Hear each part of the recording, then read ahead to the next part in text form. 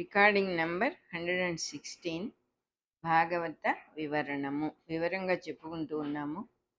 ఇంకా కూడా మన మునులు సనక సనందనాథులు పరమాత్మతో ఇట్లా అంటూ ఉన్నారు, నువ్వు బ్రాహ్మణుల గౌరవాన్ని పెంచటానికే, బ్రాహ్మణ ధర్మం గురించిన మహిమంతా చెప్పటానికే వాళ్ళ పాద రేణువుల్ని శిరస్సును ధరిస్తూ ఉన్నావు. అటువంటి వాళ్ళ మహానుభావుల పాదధూళిని శిరస్సు మీద ధరించేటటువంటి మంచి ప్రవర్తన గల వాళ్ళ రూపంలో నువ్వు ఉంటావు. ఆ ప్రవర్తన గల వాళ్ళనే నీ వాళ్ళుగా నువ్వు గ్రహిస్తావు. సత్ప్రవర్తన ఉంటేనే నీ దగ్గరికి రావటం సాధ్యం అవుతుంది. ఎవరికైనా మంచి ప్రవర్తన, మంచితనము అనేది ఉంటేనే నీ దగ్గరికి రావటానికి సాధ్యం అవుతుంది. నువ్వే ధర్మమూర్తివి, లోకాలన్నిటికీ కూడా కల్పించిన వాడివి నువ్వే, ధర్మాన్ని కల్పించిన వాడివి నువ్వే. నువ్వు రక్షించదగిన వారిని రక్షించకపోతే వేదధర్మం చెడిపోతుంది. అట్లా చెడిపోకుండా నువ్వు జీవులందరిలో కూడా మంచి ప్రవర్తన, సత్వగుణ ప్రవర్తన, సాత్విక గుణం అంటే చాలా సాధువులుగా ఉండటం, ఎవరిని ఇబ్బంది పెట్టకుండా ఉండటం, మనస్సులో కూడా ఇతరులు అనే భావన రాకుండా సర్వత్రా భగవంతుణ్ణి చూసేటటువంటి గుణం ఉండటం, సత్వగుణ ప్రవర్తన రూపంలో నువ్వు ఉండి జీవులందరినీ కూడా రక్షిస్తూ ఉంటావు అని చెప్పారు. అంటే జీవుల అందరిలో కూడా మంచితనం అనేది తప్పకుండా ఉంటుంది, లేకుండా ఉండదు. దాగి ఉండవచ్చు కానీ సత్వగుణ ప్రవర్తన రూపంలో నువ్వే ఉంటావు అందరి జీవుల్లో అని వివరంగా చెప్తూ ఉన్నారు. ధర్మానికి ఎవరైతే హాని కలిగిస్తున్నారో, భంగం కలిగిస్తున్నారో వాళ్ళని నువ్వు దండిస్తావు. వేద మార్గానికి ఇబ్బంది కలిగించే వాళ్ళ ప్రవర్తన నీకు నచ్చదు.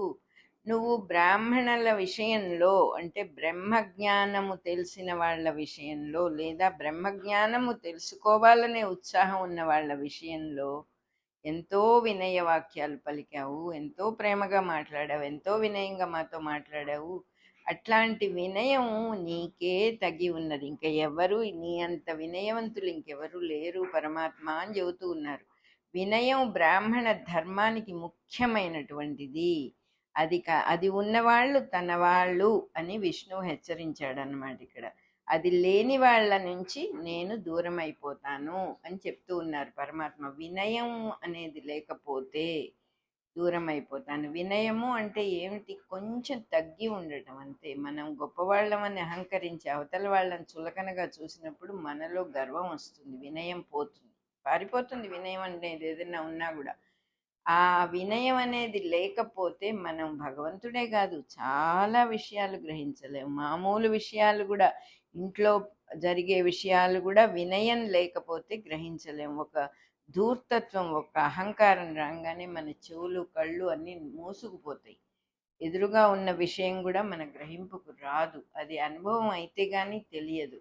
అనుభవం అయ్యేదాకా మనం వెయిట్ చేయక్కర్లేదని మనకి ఇక్కడ ఎత్తి చూపిస్తున్నారు పరమాత్మ. పక్కవాడికైన అనుభవం కూడా నువ్వు వాడుకోవచ్చురా బాబు, జాగ్రత్తగా ఉండాలి, వినయంగా ఉండాలి. ఇది చాలా తమాషా అయినటువంటి జీవితం. ఇది ఎట్లా ఉంటుందంటే, జాగ్రత్తగా ఒళ్ళు దగ్గర పెట్టుకొని నువ్వు నివసించినప్పుడు, వినయంతో భక్తితో ప్రేమతో నివసించినప్పుడు నీకు నీ దోవ చక్కగా కనపడుతుంది.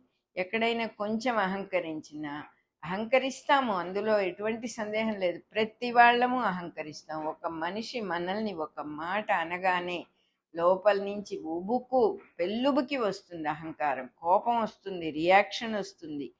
ఆ వచ్చిన దాన్ని వచ్చింది అని గ్రహిస్తే నెమ్మదిగా సర్దుకుంటుంది. ఇదేమి భగవంతుడు మనకి చేతగాని పని పెట్టలేదు. గ్రహిస్తే చాలు, ఇట్లా వస్తుంది ఏంటిది లోపల నుంచి. అవతల వాళ్ళు ఇంబ్యాలెన్స్గా ఉంటే ఇట్ ఈజ్ ఓకే, నాకు దాని మీద రియాక్షన్ రాకుండా నేను చూసుకోవచ్చు కదా అనేటటువంటి భావం వచ్చిన కొద్దీ పట్టుకుంటూ ఉంటాను దాన్ని, ఆ మనలో వచ్చిన రియాక్షన్ని. ఎదుటి వాళ్ళు ఎలా ఉన్నారని వేళ్ళు చూపించటం మానేస్తేనే మనలో ఉన్నదాన్ని పట్టుకోగలుగుతాం. మనకు బిగినింగ్ చాప్టర్స్లోనే చెప్పారు ఏంటంటే, ఎదుటి వాళ్ళల్లో తప్పులు ఎన్నిన కొద్దీ నీకు ఆ గుణాలు అబ్బుతాయి.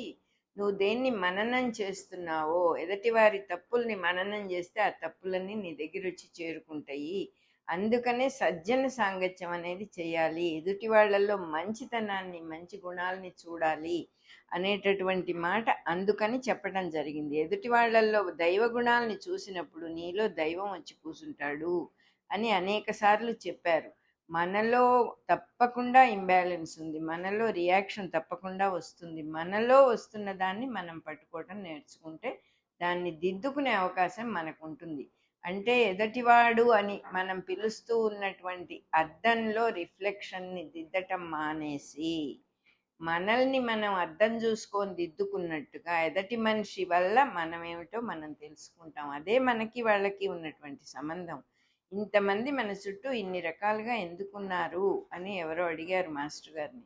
మన సాధన కోసమే, మనం ఎలా ఉన్నామో చెప్పటం కోసమే. వాళ్ళందరూ ప్రతి క్షణం మనల్ని మనకు చూపిస్తూ ఉంటారు కదా అన్నారు మాస్టర్ గారు. నిజమే కదా అది.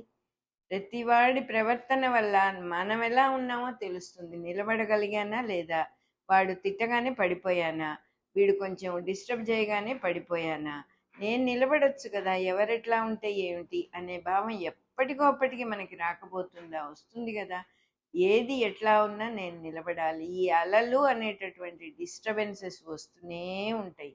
సముద్రంలో అలలు ఎలాగైతే ఆగవో ఈ మనిషి జీవితంలో కూడా అలాగే వస్తూనే ఉంటాయి. ఎందుకు వస్తూ ఉన్నాయి అంటే అలలు ఉన్నా కూడా నిలబడగలిగే సామర్థ్యం, నేర్చుకునే శక్తిని మనకి ఇచ్చాడు భగవంతుడు. ఎన్ని ఉన్నా నిలబడవచ్చు, ఎన్ని ఉన్నా కూడా మన పనులు మనం చేసుకోవచ్చు, ఏ డిస్టర్బెన్స్కి మనం లొంగిపోక్కర్లేదు అనేటటువంటి సాధన కోసమే ఇది ఉన్నది.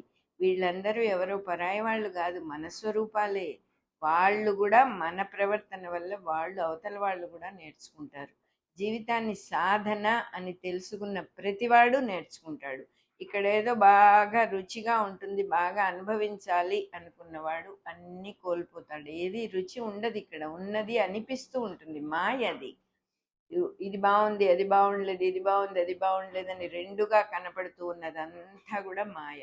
అందుకని ఇక్కడ చాలా క్లియర్గా చెబుతున్నారు, బ్రాహ్మణ ధర్మం బ్రాహ్మణ ధర్మం అని 10 సార్లు చెప్పేది కులం గురించి కాదు. ఇక్కడ బ్రహ్మ తత్వము, బ్రహ్మ రూపము, పరబ్రహ్మ స్వరూపము అది ఏమిటి అనేది తెలుసుకోవాలని, తన స్వరూపాన్ని తాను తెలుసుకునే ప్రయత్నం, భగవంతుణ్ణి తెలుసుకునే ప్రయత్నం ఇది. తానే వేరే లేను, భగవంతుడే ఉన్నాడు అని తెలుసుకునేటటువంటి ప్రయత్నం. ఒక్క ఎనర్జీ నుంచే సమస్తము వచ్చింది అని మనం గ్రహించగలగాలి. ఎలా వచ్చిందండి, హౌ ఈజ్ ఇట్ పాసిబుల్ అని ఈజీగా అనేస్తాం, కానీ మనకే తెలుసు ఎన్నో జరుగుతున్నాయి అటువంటి విషయాలు. ఒక్క ఎలక్ట్రిసిటీ అనేటటువంటి పవర్ అనేక విషయాల్ని వెలిగిస్తుంది, దీపాలను ఇస్తుంది, చల్లదనాన్ని ఇస్తుంది, వేడిని ఇస్తుంది.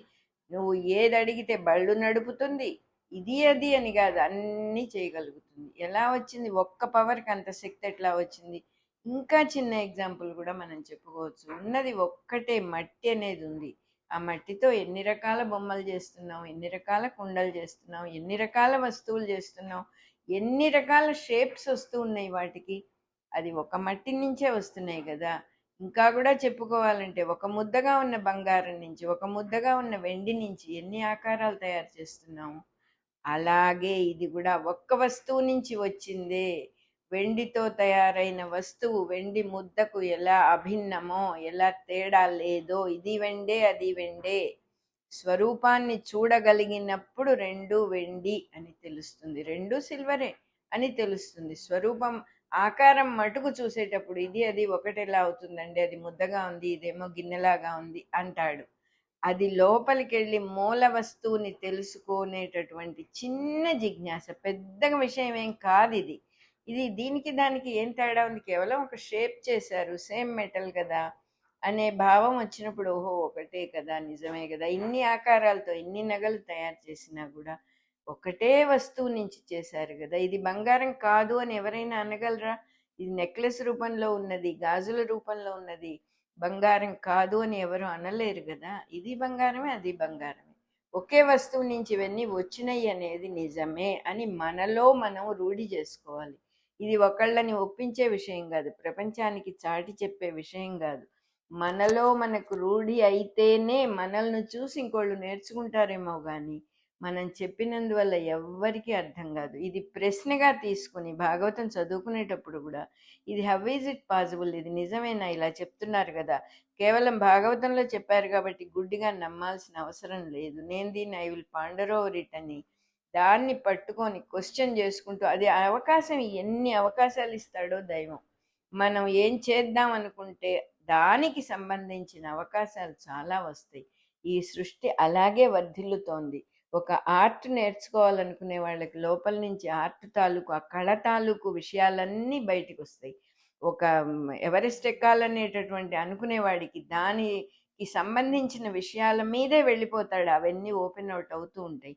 మన లోపల భావం ఎలా ఉంటుందో దాని ప్రకారం ఫ్లవరింగ్ అయ్యేటటువంటి కెపాసిటీ, పొటెన్సీ మనలో పెట్టాడు భగవంతుడు. అందువల్ల మనం ఏది కావాలో అది తెలుసుకోవచ్చు, మనం చక్కగా క్వశ్చన్ చేయొచ్చు, మనల్ని మనమే క్వశ్చన్ చేసుకోవాల్సిన రోజులు ఇవి. అవతలి వాళ్ళనికి ప్రశ్న వేసి వాళ్ళు చెప్పింది నమ్మే రోజులు పోయినాయి.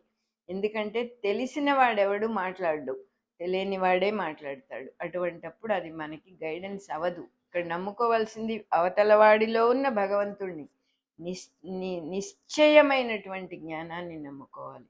అంతేగాని పైన చెప్పే మాటల్ని, తేనె పూసిన పలుకుల్ని కానే కాదు.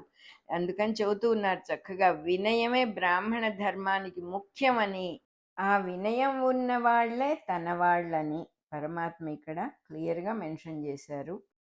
వినయవంతులకే అది సరిపోతుంది. కాబట్టి ఏదైనా నాట్ ఓన్లీ బ్రహ్మ విద్య, ఏ విద్య నేర్చుకోవాలన్నా కొంచెం అణిగి ఉంటేనే, అవతల వాళ్ళు ఏదో చెబుతున్నారు అది మనకి తెలియాలి, నాకు ఇది తెలియదు అని తెలిస్తేనే కదా తెలుసుకోవడం అనే ప్రాసెస్. తెలుసు అనుకునేవాడు అహంకారి, తెలియదు అనుకునేవాడు వివేకవంతుడు. ఆ వివేకము వినయము రెండు సైమల్టేనియస్గా బండి చక్రాల్లాగా రన్ అవుతాయి. ఆ వివేకవంతుడైనటువంటి వినయవంతుడు అన్నీ నేర్చుకోగలుగుతాడు నెమ్మదిగా. తనలోకి he allows all the knowledge to himself.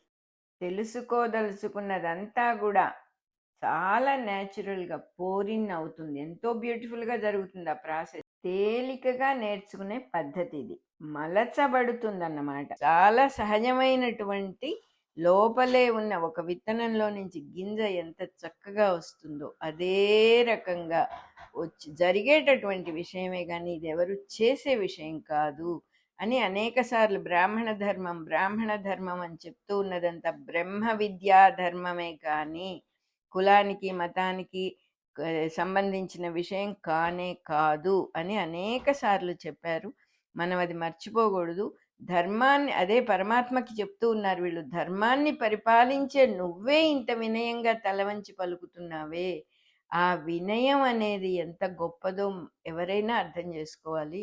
సాక్షాత్తు పరమాత్మ స్వరూపుడివి నువ్వు, సాక్షాత్తు పరమాత్మవి, ఈ లోకాలన్నిటికీ నువ్వే కర్తవి. అటువంటి వాడివి నువ్వు ఇంత వినయంగా ఉన్నావు అంటే మరి మేమందరం ఎలా ఉండాలో నువ్వు ఎంతో చక్కగా చూపించావు.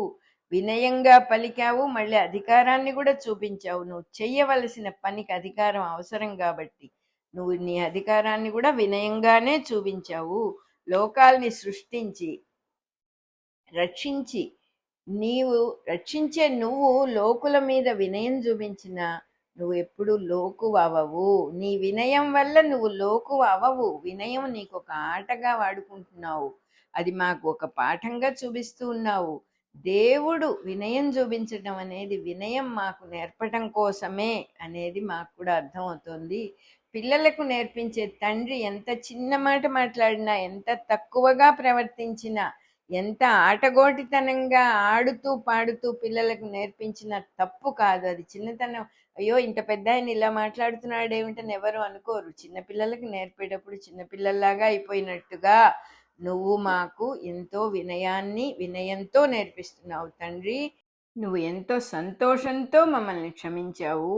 దీనివల్ల మంచివాళ్ళు క్షమించే పద్ధతి మాకు అర్థమైంది. శపించి తప్పు చేశాము, అయినా కూడా మమ్మల్ని గౌరవించావు, అయినా కూడా మాకు క్షమించడం నేర్చుకోమని నువ్వు క్షమాగుణంతో మమ్మల్ని మందలించావు. ఈ జయ విజయుల్ని గురించి మేము ఒక విషయం నీకు విన్నవించుకుంటాము. మేము కోపంతో వాళ్ళని శపించాము, నీవు మమ్మల్ని కఠినంగా శిక్షించినా కోపం తెచ్చుకున్నా మాకు సంతోషమే. మేము చేసిన తప్పుకి ఇది సరైన దండన అని మేము అర్థం చేసుకుని మేము హాయిగా అనుభవిస్తాము దాన్ని. లేదా జయ విజయులు తప్పు చేయలేదు కాబట్టి నువ్వు వాళ్ళని ఆ శాపం నుంచి రక్షించినా కూడా మాకు చాలా సంతోషం. అట్లా వాళ్ళని రక్షించడమే మాకు ఎక్కువ ఇష్టం. వాళ్ళు నిజంగా ఏ అపరాధం చేయలేదు. వాళ్ళ హృదయాలు నిర్మలమైన హృదయాలు. మేము వాళ్ళని అధర్మ మార్గంలో వాళ్ళ మీద కోపం తెచ్చుకున్నాము. నువ్వు ఎంత కఠినంగా అయినా మమ్మల్ని ఆజ్ఞాపించు, మేము దానికి సిద్ధంగా ఉన్నాం, మాకు శిక్ష వెయ్యి అని అడుగుతూ ఉన్నారు. సనక సనందనాథులు ఇట్లా మాట్లాడి నమస్కారం చేసి నిలబడ్డారు. వాళ్ళని ఎంతో కరుణామయ దృష్టితో చూసి విష్ణువు ఇలా అన్నారుట, ఓ మునులారా, ఓ సనక సనందనాథులారా, వీళ్ళు భూమి మీద రాక్షసులై పుడతారు, లోభంతో మోహంతో జీవిస్తారు, దేవతలకు అపకారం చేస్తారు, లోకానికి భయంకరంగా జీవిస్తారు, నా మీద ఎంతో కోపము పగ వైరము పెంచుకుంటారు, యుద్ధంలో నన్ను ఎదిరించి పోరాటం చేస్తారు, చివరకు నా చక్రాయుధంతో తల నరకబడి నా సన్నిధికే వస్తారు. అసుర గుణాలు కలిగి ఉన్నా కూడా, నాతో వైరం పెట్టుకున్నా కూడా నన్నే స్మరిస్తూ ఉంటారు కాబట్టి నా దగ్గరికే తిరిగి వస్తారు. మరచిన వారు ఏమరుపాటుతో దెబ్బతింటారని భావం. నన్ను తలుచుకోవడం మరచారనుకో ఎవరైనా సరే, ఎటువంటి పరిస్థితుల్లో అయినా నన్ను మరిచిపోయినప్పుడు, నన్ను మరిచిపోవటము అంటే కూడా ఇక్కడ ఉన్నవాడు వాడే అనేటటువంటి గట్టి భావంతో ఆ పరమాత్మను తలుచుకుంటూ ఉండాలి. కానీ ఆయన్ని మర్చిపోతే రాక్షసులైనా దేవతలైనా ఎంత గొప్పవాళ్ళైనా కూడా వాళ్ళకి గతి లేదు అని ఇక్కడ చెబుతూ ఉన్నారు. నన్ను తలుచుకుంటూ ఉన్నారు కాబట్టి నా సాంగత్యం వల్ల వాళ్ళు నా సాంగత్యాన్ని వైరంతో మరీ గట్టిగా పట్టుకున్నారు కాబట్టి తప్పకుండా నా దగ్గరికి వస్తారు. అంతేగాని వైరం పేర నన్ను స్మరించినా తప్పులేదు, కానీ తపస్సు పేరుతో గర్వించటం మటుకు తప్పే అని, మంచిది కాదు అని చెబుతూ ఉన్నారు పరమాత్మ ఇక్కడ. మనకు కూడా ఒక విషయం గుర్తుపెట్టుకోవాలి, ఎవరినైనా ప్రేమించటం కన్నా ద్వేషించటం అనేది చాలా పెద్ద పొరపాటు. ఆ ద్వేషం పొరపాటు అని ఎందుకంటున్నామంటే, ఏది మనకి హాని చేస్తుందో అదే పొరపాటు. ఇంకొకరికి హాని చేసేది కాదు పొరపాటు, మనకే హాని జరుగుతుంది. అటు తిరిగి ఇటు తిరిగి మన మీదకే వస్తుంది అది. ఆ భావము ఎంత చక్కగా అర్థం చేసుకోవాలంటే, మనం నిత్య జీవితంలో రోజు డే టు డే లైఫ్లో మనకి ఏది ఇష్టం లేదో అవే జరుగుతున్నట్టుగా అనిపిస్తూ ఉంటుంది. మనకి ఇష్టం లేని వాడు తెల్లవారేటప్పటికి వచ్చి ప్రత్యక్షం అవుతాడు. వాడిని చూడకూడదు అనుకుంటూ రాత్రంతా కలవరిస్తూ నిద్రపోతాం, తెల్లవారేటప్పటికి వాడు వచ్చి కూర్చుంటాడు. ఈ పరిస్థితి నాకు రాకూడదు అని మహాధ్యానం చేస్తాం, ఆ పరిస్థితి వచ్చి కూర్చుంటుంది. ఈ పరిస్థితి, ఇటువంటి స్థితి, ఇటువంటి రోగం నాకు మటుకు రాకూడదు అనుకుంటాం, అది వచ్చి కూర్చుంటుంది. ఇది రాకూడదు అనే భావం, అసలు రోగ స్మరణ ఫస్ట్ ఆఫ్ ఆల్ అవసరం లేదు, భగవంతుడి స్మరణ చేయాలి. రోగం కూడా భగవత్ స్వరూపంగానే చేయాలి. ఎందుకంటే రోగము అనేది ఎక్కడూ కొత్తగా పుట్టలేదు, అది కూడా దైవంలో నుంచే వచ్చింది. రోగం అంటే ఏమిటి? దైవానికి దూరం అవటమే రోగం. ఆయన స్మరణ ఆపేసి రోగ స్మరణ చేస్తాం కాబట్టి నాకు అక్కడ నొప్పి, ఇక్కడ నొప్పి, అది నొప్పి, ఇది నొప్పి అంటూ ఉంటాం. కానీ పరమాత్మ, రామ, కృష్ణ, అమ్మ, తల్లి, పరమేశ్వరి అని అనుకోం కదా మనము. అందువల్ల దూరం అవుతాము. పరమాత్మకి దూరం అవటం అనే పొరపాటు ఎందువల్ల జరుగుతుందంటే, రోగము ఏదో ఇంకోటి వచ్చి ఇటువైపు వెళ్ళిపోతుంది ధ్యానం. అందుకని మనం వైరభక్తి ఈజ్ మోర్ ఎఫెక్టివ్. వైరభక్తి అంటే ద్వేషం. ఏది వద్దనుకుంటామో అది అయి కూర్చుంటుంది. నాకు తెలుసండి ఇది అవుతుందని, నేను వద్దనుకుంటూనే ఉన్నానండి, వద్దనుకుంటే ఇది ఆగదు, వద్దనుకుంటే ఎక్కువగా వస్తుంది అని మనకి 3 జన్మల్లో ఈ రాక్షసుల వృత్తాంతమే మనకి ప్రూఫ్ అన్నమాట. 6 జన్మలు భక్తులుగా ఉంటారా, 3 జన్మల్లో వైరంతో ఉంటారా అని అడుగుతాడు పరమాత్మ. వీళ్ళని అడిగితే వీళ్ళు ముగ్గురు వైరమైనా పర్వాలేదు, నీ స్మరణ ఉంటుంది కదా, నీ స్మరణ లేకుండా పోదు కదా, నీ స్మరణ ఉంటే 3 జన్మల్లోనే వచ్చేస్తాం, వైరమైనా పర్వాలేదు అని దే ఆప్టెడ్ ఫర్ ఇట్. దాన్ని బట్టి మనం అర్థం చేసుకోవాలి, వైరభక్తి ఈజ్ డబల్ స్ట్రెంగ్త్ అని. ఎట్లా డబలో త్రిబులో కూడా మనకు తెలియదు. ఎట్లాగంటే ప్రేమగా బుగ్గ మీద ముట్టుకుంటే అది సాత్విక భక్తి, పాటమని కొడితే వైరభక్తి. ఏది ఎక్కువ ఎఫెక్టివ్? ఎంతమందో ప్రేమగా మన బుగ్గలు నిమురుతారు, ఎవరిని మనం గుర్తుపెట్టుకోమే. ఒక్కడు చెంప మీద గట్టిగా కొట్టకపోయినా కూడా గుర్తుపెట్టుకుంటాం, కొద్దిగా కొట్టినా కూడా చురుక్కుమన్నా కూడా అయ్యో వాడు ఆ రోజు చెంప మీద కొట్టాడని మర్చిపోం. ఎందువల్ల? వైరభక్తి ఈజ్ మోర్ ఎఫెక్టివ్ అన్నమాట. అందువల్ల వైరం అసలు పనికిరాదు. ఎవరినైనా వద్దు వద్దు, వాళ్ళు అట్లాంటి వాళ్ళు, వాళ్ళు ఇట్లాంటి వాళ్ళు, వాళ్ళ జన్మలో చూడని, ఇవన్నీ మనం మనసులో అనుకుంటూ ఉన్నప్పుడు మనకేమవుతుందంటే మనకే హాని జరుగుతుంది. వాళ్ళు మన జీవితంలోకి వచ్చి కూర్చుంటారు, మన ఇంట్లోనే ఒకళ్ళుగా పుట్టినా ఆశ్చర్యపోక్కర్లేదు. ఆ విధంగా శత్రువు అనేవాడు మనలోనే ఉంటాడు అని మర్చిపోకూడదు. ఈ మధ్య ఒక విషయం జరిగింది. మాకు బాగా తెలిసిన వాళ్ళు ఎవరో ప్రత్యంగిర మంత్రాన్ని వాడుకొని ఏదో హోమం చేసుకున్నారు. ప్రత్యంగిర మంత్రం అనేది శత్రునాశనానికి చేస్తారు అని వేదంలో ఉన్నది.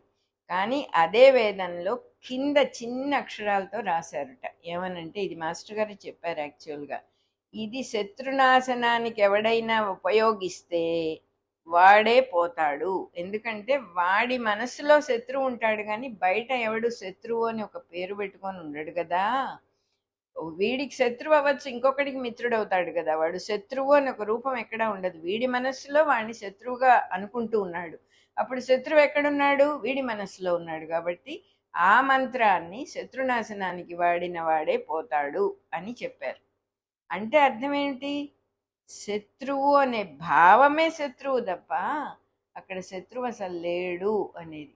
అదే ఏ భావము లేకుండా ప్రత్యంగిర మంత్రాన్ని గనక చేసుకుంటే, ఎవరి మనస్సులో అయినా మన గురించిన శత్రుభావం ఉంటే ఆ భావం పోతుంది. ఎవరైనా సరే, వాళ్ళు ఫలానా వాళ్ళు అనుకోకర్లా, లేదా మనకెంతో మిత్రుడుగా ఉన్నవాడు ఇవాళ శత్రుభావం వహిస్తే అయ్యో ఇలా అయిపోయిందే అని ఏ భావము పెట్టుకోకుండా కేవలం భగవంతుడిని తలుచుకుని ప్రత్యంగిర మంత్రం చేసుకుంటే వాడిలో శత్రుభావం పోతుంది. శత్రుభావం పోవాలి కానీ శత్రువు పోకూడదు.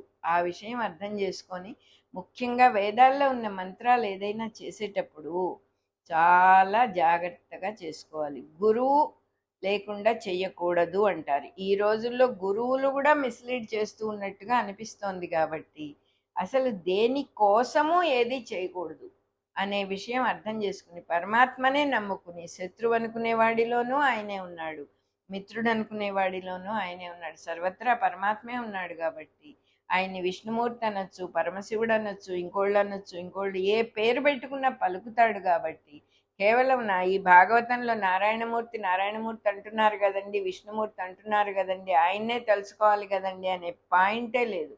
ఏ పేరుతో పిలిస్తే ఆ పేరుతో పలుకుతాడు ఆయన. మనం కూడా ముందు చెప్పుకున్నాము ఈ భాగవతానికి ముందర, విష్ణు పురాణంలో విష్ణువు మెయిన్ అయితే, శివపురాణంలో శివుడు మెయిన్ అయితే, పరమేశ్వరుడు మెయిన్గా ఉంటే, గణపతి పురాణంలో గణపతి మెయిన్గా ఉంటే, దేవి భాగవతంలో అమ్మవారు మెయిన్గా ఉంటే మనకు అర్థమైపోవట్లేదా? ఏ పేరుతో పిలిస్తే వాళ్ళే సృష్టికర్తలు, వాళ్ళే పరమాత్మ స్వరూపము. పేరు అనేది మనకు అనుకూలం కోసం పెట్టారు, కానీ ఒక ఎనర్జీకి ఎలా పేరు పెడతాం, ఒక మహాశక్తికి ఎలా పేరు పెడతాం మనం? ఆడా మగ అని చెప్పడానికి వీలవుతుందా? వీలవ్వదు కదా. అది అర్థం చేసుకోవాలి. ఇక్కడ మనం చాలా జాగ్రత్తగా వినయవంతులుగా ఉండి తెలుసుకోవాలి ప్రతి విషయము అని ఈ సనక సనందనాథుల కథ వల్ల మనకెంతో అర్థమవుతుంది. తర్వాత ఇంకొక బ్యూటిఫుల్గా ఒక విషయం వస్తుంది ఇప్పుడు మనకి. ఏం చెప్తూ ఉన్నారు? వీళ్ళు భూలోకంలో రాక్షసులై పుడతారు, లోభంతో మోహంతో జీవిస్తారు, అందరికీ అపకారం చేస్తారు, లోక భయంకరులై అందరినీ ఎదిరిస్తారు, నన్ను కూడా ఎదిరిస్తారు, నాతో పోరాడతారు నా చక్రాయుధంతో. నా చక్రాయుధం పేరేమిటి? సుదర్శనము. సుదర్శనము అనే చక్రాయుధంతో ఎవరెవరు నరకపడతారో వాళ్ళందరూ నన్నే చేరుకుంటారు. సుదర్శనము అంటే చక్కని దర్శనం కలుగుతుంది వాళ్ళకి. వాళ్ళు నేను వేరు కాదనే దర్శనం కలగటమే నా చక్రాయుధము. అంతేగాని ఇది నిజమైన కత్తి కటార్లలాగా ఇది ఒక ఆయుధం కాదు అని మనం అర్థం చేసుకోవాలి. ఎవరెవరిని చక్రాయుధంతో ఆయన సంహరించాడో వాళ్ళందరినీ తనలోనే కలుపుకున్నాడు పరమాత్మ. భాగవతం మొత్తం చదువుకున్న, ఏ పురాణాలు చదువుకున్నా ఈ విషయం అర్థమవుతుంది. ఆ చక్రాయుధం పేరు సుదర్శనము. అది చక్రాయుధము అని ఎందుకు చెప్పాల్సి వచ్చిందంటే ఎండ్లెస్. అది దానికి సర్కిల్ అనే దానికి ఏది బిగినింగ్ ఏది ఎండ్ అనేది ఉండదు, కాబట్టి చక్రము అన్నారు దాన్ని. ఆయుధము అని ఎందుకు అనాల్సి వచ్చిందంటే దాన్ని గనక వాడితే వాడి స్వరూపం ఉండదు. శత్రువుని సుదర్శనము అనేటటువంటి భావంతో చూస్తే, చక్కని దర్శనం చేయగలిగితే, శత్రువులో పరమాత్మే ఉన్నాడు అనే చక్కని సుదర్శన భావంతో చూస్తే ఆ శత్రువు పోయి పరమాత్మ వస్తాడు. అదే సుదర్శన చక్రంతో తల నరకటము. ఎందుకంటే తలలోనే ఉంటాయి భావాలన్నీ కూడా. ఆ తలలో ఉన్న భావాలను తీసేసి పూర్తిగా మిత్రభావం వచ్చేస్తుంది. ఆ పరమాత్మ భావం, మనమే వాడు అనేటటువంటి భావం వచ్చేసేస్తుంది అనేటటువంటి సుదర్శన చక్రం అనే అద్భుతమైన విషయం ఇక్కడ ఉన్నది. ఆ సుదర్శనము అనే దాన్ని వాడుతూ ఉంటాడు ఆ పరమాత్మ. చెప్తూ ఉన్నారు ఇక్కడ చివరికి, నా చక్రాయుధంతో దెబ్బతిని నా దగ్గరికే వస్తారు అని చెప్పి చక్కగా చెప్పారు. అంతేగాని తపస్సు చేశామనే గర్వంతో ఉన్నవాళ్ళు నా దగ్గరికి రాలేరు అంటున్నారు. వైరంతో అయినా సరే మనస్సులో వీళ్ళెప్పుడూ నన్ను స్మరిస్తూ ఉంటారు. ఆ వైరభక్తి వల్ల నా సాన్నిధ్యానికి తొందరగా వస్తారు. యుద్ధంలో నా సాన్నిధ్యంలో నా మొహం వంక చూస్తూ దేహాలను వదిలేస్తారు కాబట్టి వీళ్ళు నా స్థితికే వస్తారు. వీళ్ళకి వేరే పుట్టుక అనేది ఉండదు భూమి మీద.